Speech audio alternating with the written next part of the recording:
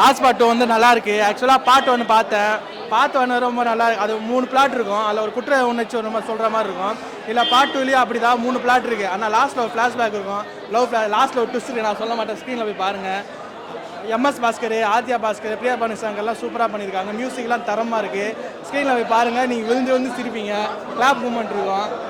படம் நல்லா தரமாக இருக்குது. இந்த மாதிரி ட்ரெஸ் பாலிடிக்ஸு அதை பற்றி நல்லா பேசியிருக்காங்க. நல்ல கதை, நல்ல ஸ்கிரிப்ட். ஃபேன்ஸ் அவர் பற்றி நம்ம வந்து படமாக பார்க்கணும். ஃபேன்ஸ் வர அடிச்சிக்க வேணாம்னு சொல்லி எம்எஸ் பாஸ்கர் வந்து கொஞ்சம் மாதிரி பேரண்ட்ஸ் எல்லாம் கத்தி வச்சுட்டு அவங்க வந்து பண்ணுவாங்க. அவ்வளோதான் ப்ரோ. படம் ரொம்ப நல்லா இருக்கு ப்ரோ. நல்லா இருக்குது ப்ரோ. ஸ்க்ரீன்லாம் கதை வந்து ரொம்ப நல்லா இருக்குது. நல்லா எல்லாருக்கும் புரியுற மாதிரி சொல்லி எடுத்துருக்காரு விக்னேஷ் கார்த்திக். நல்லா இருக்கு. அவரே கிளைமேக்ஸில் நினச்சி பார்த்து ஒரு லீவ் கொடுத்துருக்காரு அவர். சூப்பராக இருக்குது ப்ரோ படம். ஹாட்ஸ்பாட் 1 மாதிரியே 2 நல்லா இருக்குது. எல்லாருமே கண்டிப்பாக படம் பார்க்கலாம். முக்கியமாக அந்த 3வது ஸ்டோரி தான் எனக்கு ரொம்ப பிடிச்சிருந்துச்சு. ஏன்னா காமெடியாக அந்த காமிச்ச விதமாகவும் லவ்வை வந்து கொஞ்சம் நிறையா எக்ஸ்ப்ரெஸ் பண்ணி காமிச்சிருப்பாங்க. பார்ட் 1ல் இருந்த ட்விஸ்ட் மாதிரியே 3வது கதையில் ஒரு சூப்பர் ட்விஸ்ட் வச்சுருப்பாங்க. அது நல்லாயிருக்கும், கண்டிப்பாக பாருங்கள். எம்எஸ் பாஸ்கர், தம்பிராமே அவங்களுக்கு கொடுத்த ரோலுமே சூப்பராக, அவங்கள எப்பயும் பண்ணுற மாதிரி சூப்பராக பண்ணியிருக்காங்க. பார்ட் 1ல் எம்எஸ் பாஸ்கர் வந்து ஒரு ட்விஸ்டான கதையாக போயிட்டுருக்கோம். அது கொஞ்சம் உங்களுக்கு வந்து நீங்கள் படம் பார்த்தீங்கன்னா தெரியும். நல்லாயிருக்கு ப்ரோ, கண்டிப்பாக எல்லோரும் பாருங்கள். பார்ட் 3 கண்டிப்பாக எல்லோரும் பார்க்கலாம். எதிர்கட்சி விஜய் சேதுபதினு தெரியல, அது வந்து மறைமுகமாக சொல்கிறதுக்காக சொல்லியிருக்காங்களா என்னன்னு தெரில. சிவகார்த்திகேயன் வேறு சிஎம் சொன்னாங்க, எப்படின்னு தெரில. அது நான் நீ வர காலத்தில் நீங்கள் பார்த்துக்கோங்க, அவ்வளோதான். அவர் அரசியலுக்கு வருவாரானே தெரியல. அது வந்து ஒரு நடிகரை வந்து விமர்சிக்கிறக்காக அது வந்து அப்படி வச்சிட்டாங்க. தளபதியுமே ஃபஸ்ட்டு கதையில் வந்து பேசியிருப்பாங்க. சொசைட்டி வந்து அப்படி தான் இருக்குன்றத கொஞ்சம் நிறையா எடுத்து சொல்லியிருக்காங்க. அதனால் படம் சூப்பராக இருக்குது, கண்டிப்பாக எல்லோரும் பாருங்கள். ஃபஸ்ட்லேருந்து பாருங்கள், மிஸ் பண்ணிடாதீங்க.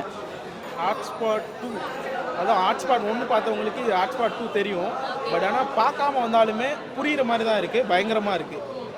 மற்ற படங்களை கம்பேர் பண்ணும்போது வந்து பார்த்தோம் சிரிச்சவங்கிறது இல்லாமல் யோசிக்கிற அளவுக்கு படம் கொஸ்டின் கேட்டிருக்காங்க நிறைய விஷயம். இப்போ வந்து என்னன்னா தளபதியோட பிடிச்சிருந்தா கண்டிப்பாக இந்த படம் பிடிச்சிருக்குன்னு சொல்கிறாங்க. ஸோ எப்படி கொடுத்துருக்காங்க?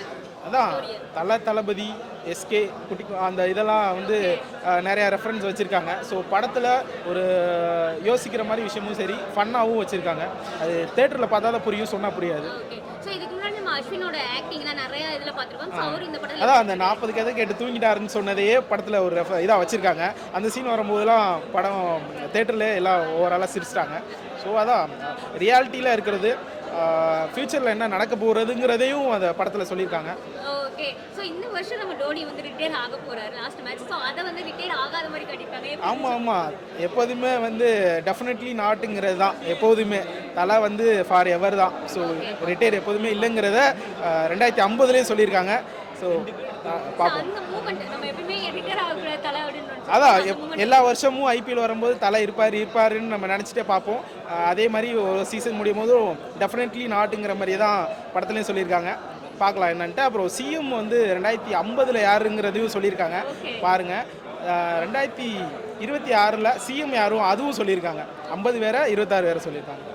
சரி, ஹாட்ஸ்பாட் 1 பார்த்தவங்களுக்கு நிறைய ஸ்டோரி புரிஞ்சிருக்கும். 2 பார்க்கும்போது ஸோ பார்க்காதவங்களுக்கு என்ன மாதிரி லீட் கொடுத்துருக்காங்க, என்ன மாதிரி ஸ்டோரி கொடுத்துருக்காங்க? அதான் ரீகேப் போட்டிருக்காங்களே, ரீகேப் பார்த்துட்டு அப்படியே புரிஞ்சிடும்.